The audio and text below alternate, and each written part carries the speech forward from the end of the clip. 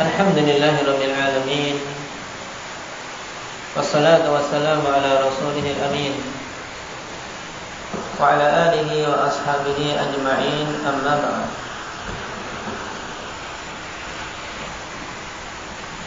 Ikhwani fillah rahimani wa rahimakumullah. Pertemuan yang lalu kita telah masuk pada adab yang ke-8.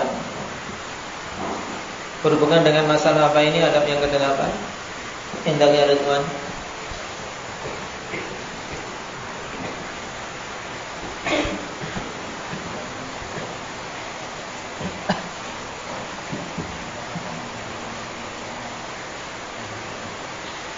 Yaitu hendaknya seorang beradab ketika hadir di majelis syekhnya. Nah, menjaga adab demikian pula, menjaga adab dengan orang-orang yang hadir di majelis tersebut. Juga tidak suka nyelonong dalam ngomong, dalam artian nimbrung. Ketika ada dua orang berbicara, dia ikut nimbrung tanpa diizinkan. Ini merupakan adab yang buruk dengan sesama teman, apalagi kalau hal itu dilakukan dengan seorang alim. Tapi sekarang kita masuk pada adab yang ke-9. Dalam Iqra. Hari ini. Bismillah. Qala ta'ala wa qala hatta alla yastahdiya min qadina asma'a wa tafahama qala ta'ala bitarafin wa istiqabil ba'da al-qur'an. وقال عمر رضي الله عنه مرة وجهه وخرجه. Yang jelas. وقال عمر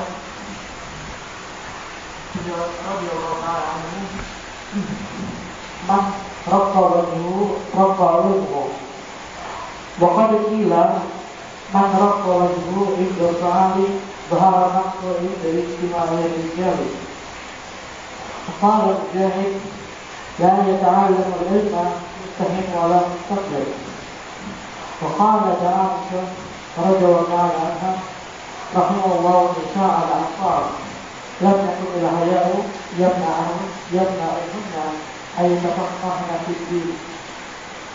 Baik, tarjim. Berkata jemaah rahimahullah ta'ala, Al-Syafir yang ke-9 dari adab-adab seorang alim dan muta'alim, yaitu hendaknya bagi seorang alim untuk tidak malu untuk bertanya tentang suatu perkara yang masih menjadi iskal bagi, dan berusaha untuk memahami sama perkaranya belum dengan menyebut dan baiknya berkata dan juga adab dan bertanya. Dan kalau dikatakan oleh perjuangan barang siapa yang mengajarinya, maka yang itu barang siapa apa? lembut.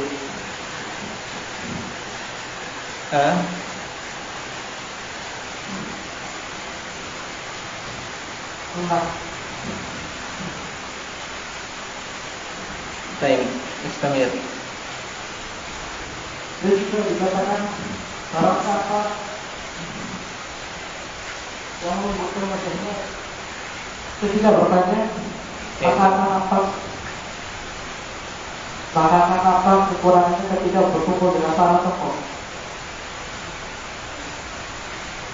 Dan juga dan berkata Mujahid, ilmu tidak bisa dipelajari orang-orang kembali dan sombong. Dan berkata Aisyah radhiyallahu anha, semoga Allah merahmati para wanita Ansar yang tidaklah serta mereka menahan mereka untuk mereka memahami dalam masalah agama. Baik. Nah, sekarang kita masuk pada adab yang ke-9 berhubungan dengan adab dalam bertanya tentang hal-hal yang dia rancu atau belum paham. Qala Imam Ibnu Jama'ah rahimahullahu taala at-tasi', alla yastahyiya min su'ali ma ashkala alaih. Di sini keliru kalau ditanwin bila min su'alin, ini keliru karena dia diidhofahkan, maka dibetulkan itu harokat. Alla yastahyiya min su'ali ma ashkala alaih, hendaknya dia tidak merasa malu dari bertanya perkara-perkara yang dia rancu padanya. Wa tafahumi ma lam yata'aqqalhu. Di sini wa tafahumi ma lam yata'aqqal. Nah, dan pada cetakan kha yata'aqqalhu, dan ini lebih lebih mudah dipahami. Maksudnya apa? Jangan sampai dia malu dari apa? Dari meminta untuk dipahamkan perkara yang dia belum paham. Minta dipahamkan hal-hal yang belum masuk ke akal dia. Dan ini penting, Khanifillah. Seorang talib kalau tidak punya prinsip seperti ini menunjukkan dia tidak mengerti nilai suatu ilmu. Dalam artian apa? Paham tidak paham ya sudah. Sekarang tidak paham, besok lupa. Ya. Baik. Ketika diterangkan tidak paham, besoknya ketika ditanya lupa. Apa yang didapat? Ya tidak.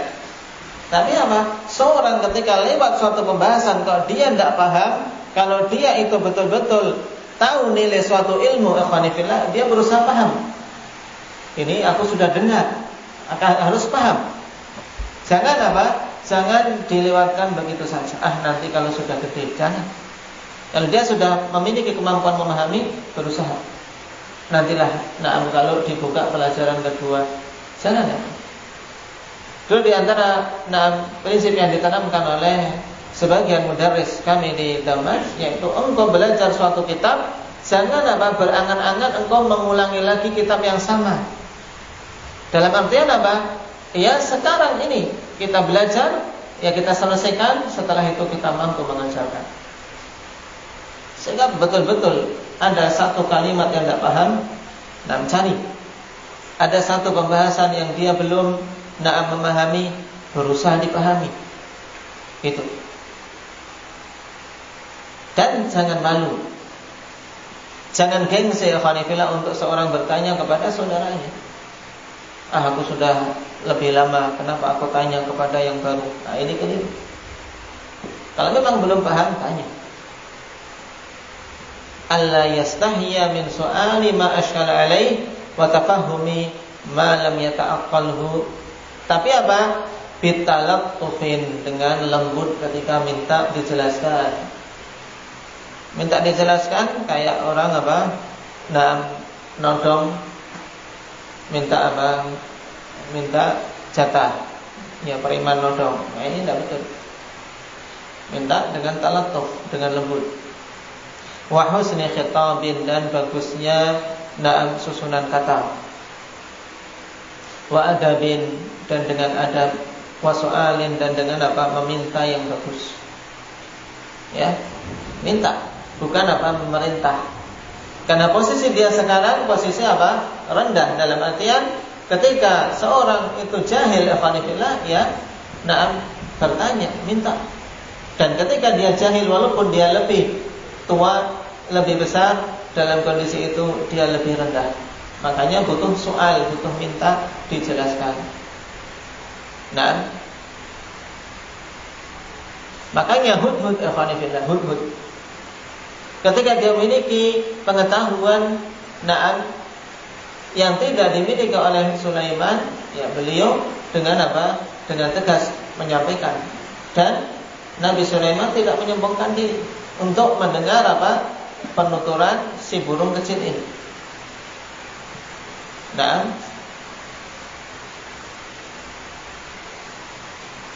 Bagaimana perkataan hudhud tersebut? yang Allah Subhanahu wa taala kisahkan di dalam surat An-Naml. Indah ya Umar.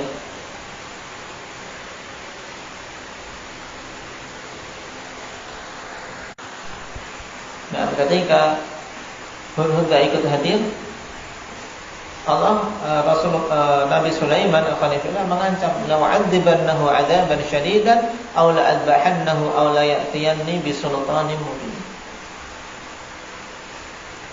Aku akan azab atau aku akan sembelih, atau jika dia ingin selamat harus mendatangkan bukti yang jelas, mendatangkan ilmu, alasan yang benar. Baru kemudian Hudhud menjelaskan. Apa penjelasannya?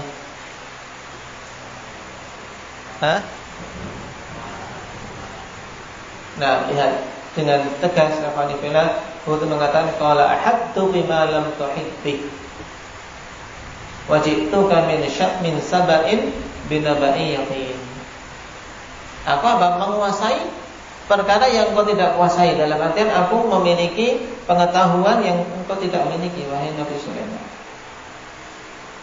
Nah, yaitu apa? Nah, aku datang dari negeri Sabda dengan suatu berita yang jelas. Nah, dan Nabi Sulaiman tidak menyombongkan diri dengan menolak berita dari si burung ini.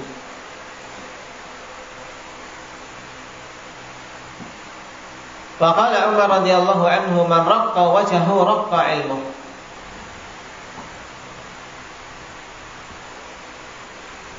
Siapa saja yang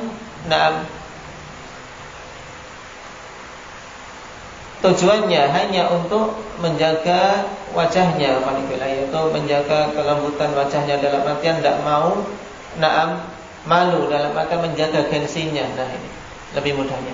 Siapa saja yang ingin menjaga gengsinya, maka akan lemah ilmunya. Ini maksud dari kalimat Umar radhiyallahu anhu. Bukan maksudnya melembutkan, tayyib pakai pakai diore, pakai tayyib yang perempuan pakai bedak. Maksudnya apa? Man raqqa wajhu raqqa ilmu. Siapa saja yang yang menjaga gengsinya, dalam artian tidak mau seseorang merendahkan diri ketika dia mau mengambil ilmu. Aku lebih tua, ngapain mengambil belajar pada orang yang umurnya di bawahku? Tidak akan itu. Kalau itu memang ilmu, kita ambil. Nah, kenapa? Karena kalau prinsip kita seperti itu, ya akan ilmunya akan sedikit.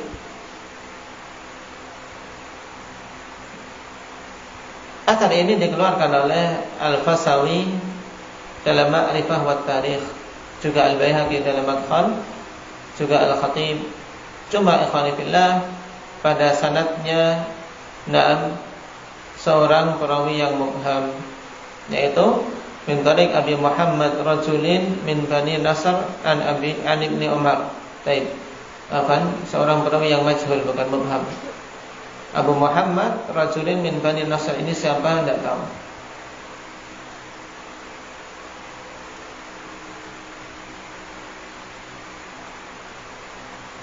Dan yang disebutkan dalam sumber-sumber athar tersebut itu dari Abdullah bin Umar, khanifillah, bukan dari Umar. Jadi dari Ibni Umar yang sanadnya dhaif tadi. Adapun yang penisbatan kepada Umar, wallahu a'lam bihi. Waqad qil, dan telah dikatakan, man raqqa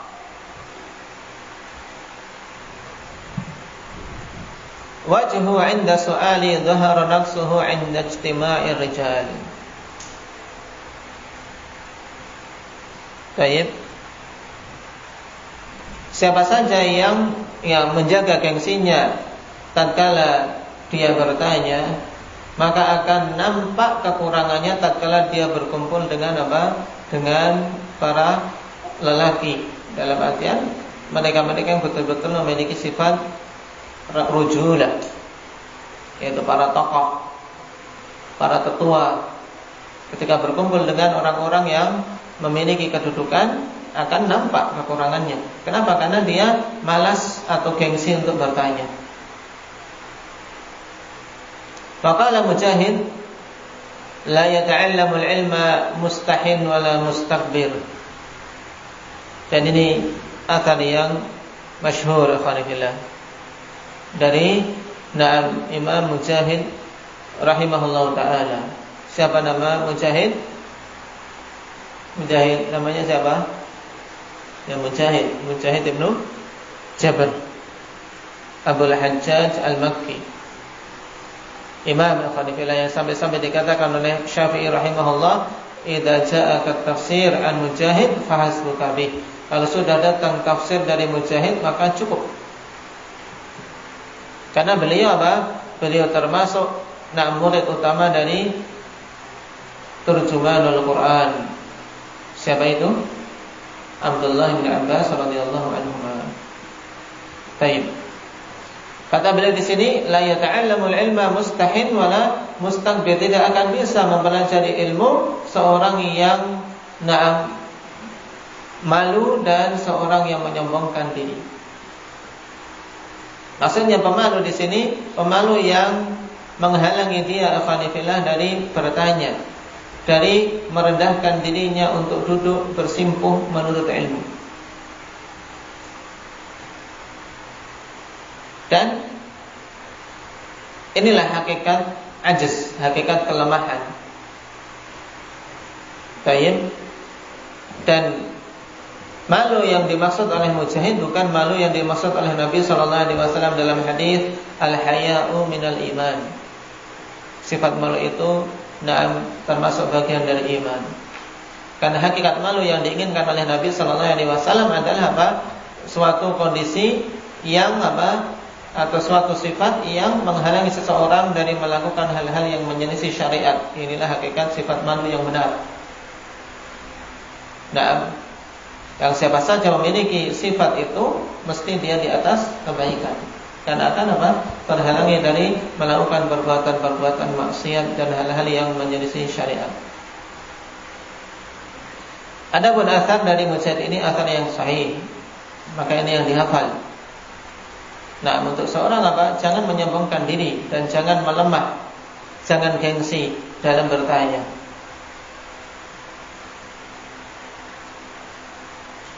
Wa qalat Aisyah radhiyallahu anha,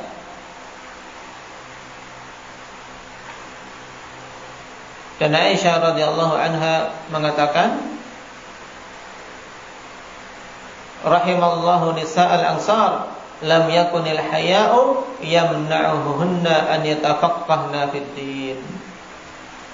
Aisyah mengatakan, semoga Allah Subhanahu wa taala merahmati para wanita Ansar. Tidaklah sifat malu yang ada pada mereka menghalangi mereka untuk untuk mempelajari agama Allah. Karena memang tidak ada pertentangan antara sifat malu dan dan belajar agama Allah. Bahkan seharusnya kita harus malu kalau kalau tidak tahu, ya tidak. Kita harus malu kalau tidak tahu, alhamdulillah. Makanya berusaha untuk bisa tahu. Malu kalau kita tidak berilmu, maka berusaha untuk mempelajari ilmu. Walaupun harus harus susah payah, harus merendahkan diri. Dan athar dari Aisyah radhiyallahu anha ini diriwayatkan oleh Imam Muslim dan disebutkan oleh Imam Bukhari secara mu'allaq dari Ummul Mukminin Aisyah radhiyallahu anha.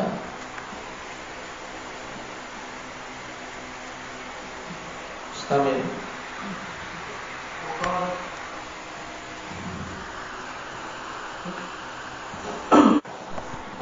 Baik.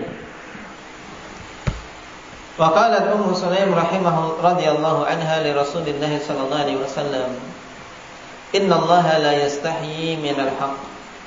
Hal 'ala imra'atin ghuslun idza ihtalamat?" Ummu Sulaim mengatakan, sungguhnya Allah Subhanahu wa taala tidaklah malu dari suatu kebenaran. Dan kalau itu memang suatu kebenaran, kenapa malu untuk mengatakan atau untuk bertanya? Nah, apakah wajib atas seorang wanita untuk mandi tatkala dia ihtilam, tatkala dia mimpi basah? Nah, syahidnya ba'akhwanifillah, perkara tersebut adalah perkara yang tentunya sesuatu yang sifatnya sangat pribadi. Tapi dikarenakan ingin mengetahui hukum tentang perkara tersebut, ya tidak perlu malu untuk bertanya. Dan athar ini sahih berhubungan dengan apa? Dengan masalah na'am ghuslul janabah. Hadits muttafaqun alaih. Wa li ba'dil Arab wa laysa al-'amatu lis-su'ali wa innama tamamul 'amatu lis-sukuti 'ala al-jahli. Bukanlah suatu kebutaan itu panjangnya pertanyaan, dan hanyalah kebutaan yang sebenarnya adalah lamanya dia dalam diam di atas kejahilan. Seorang panjang pertanyaannya, sering bertanya afanifillah untuk tahu kebenaran, ini bukan suatu kebutaan. Tapi yang sebenar-benarnya kebutaan adalah apa? Kalau dia diam saja, di atas kejahilan, tidak tahu tapi tetap diam. Tahu pun diam. Ini keliru ya kan? Qala wala yas'alu an syai'in fi ghairi mawdi'ihi illa li hajah. Kemudian beliau mengatakan, jangan dia bertanya tentang sesuatu pada selain tempatnya kecuali untuk suatu kebutuhan. Maksudnya apa ikhwanifillah? Yaitu ketika bukan waktunya bertanya, dia ingin bertanya. Nah, jangan melakukan seperti ini kecuali kalau memang butuh. Nah, ada kasus misalnya ada hal yang harus segera dia ketahui. Au ulima bi ithari syekhi dzalik, atau diketahui bahwasanya syekhnya memang memberikan kelonggaran pada hal tersebut. Wa idza sakata syekhu 'anil jawabi lam yulih alai.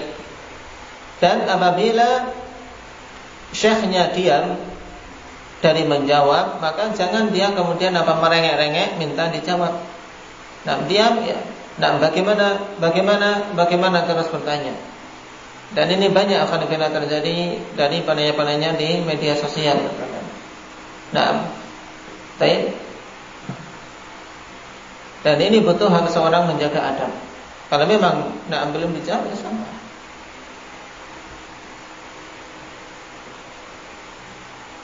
Wa idza akhta'a fil jawabi fala yarudda fil hali alaihi wa qad taqaddam. Dan apabila ternyata syekhnya keliru dalam menjawab, maka jangan langsung membantahnya seketika itu. Wa qad taqaddama, dan telah lewat alhamdulillah pembahasan tentang hal ini berhubungan dengan adab seorang thalib bersama syekhnya, untuk dia bisa mencari waktu atau memberikan isyarat tanpa menegur secara terang-terangan. Qala wa kama la yanbaghi lit-talibi an yastahyiya min as-su'al, fakadzalika la yastahyi min qawlihi lam afham. Dan insyaallah kita akhirkan untuk pembahasan ini pada pertemuan yang akan datang. Inti pada paragraf-paragraf yang kita baca malam ini adalah berhubungan dengan apa? Masalah seorang hendaknya apabila jangan gengsi untuk bertanya. Dan bahkan di antara sesuatu yang menunjukkan seorang paham ikhwanillah ketika dia muncul iskal, yaitu muncul suatu hal atau masail, suatu soal-soal, pertanyaan-pertanyaan yang dia bingung untuk memahaminya. Karena di sini perkaranya ini ternyata sekarang pembahasannya demikian, bagaimana menggabungkannya. Iskalnya seperti ini penting. Atau dia menghafal satu ayat, kok tiba-tiba dapat penjelasan tentang sesuatu yang seakan-akan menyelisih ayat tersebut, butuh bertanya, mensinkronkannya. Jadi istiskal penting, seorang memunculkan suatu iskal, sehingga dia bertanya. Tapi memang bertanya untuk mencari ilmu, bukan bertanya sebagaimana keadaan orang-orang Yahudi. Waffaqakumullah walhamdulillahirabbil alamin.